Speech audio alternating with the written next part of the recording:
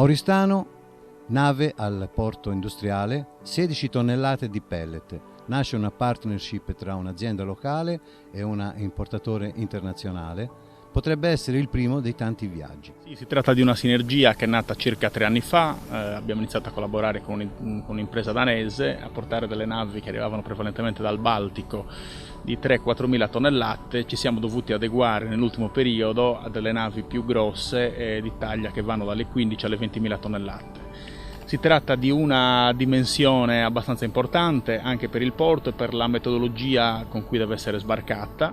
Il porto di Oristano si è mostrato abbastanza pronto a cogliere la sfida. Questa è la prima nave dal Brasile che arriva in Italia di pellet.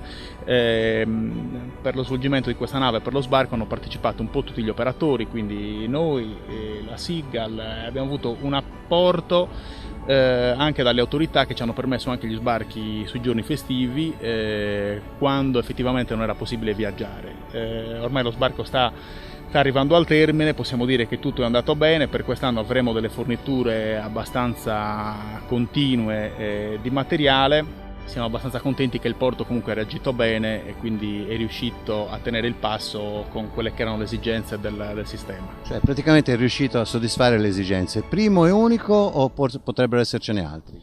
No, in realtà ci stiamo organizzando per continuare su questa falsariga. Insomma, questo era un test che è andato bene e continueremo con questo tipo di fornitura almeno fino a che il mercato internazionale non si riaprirà.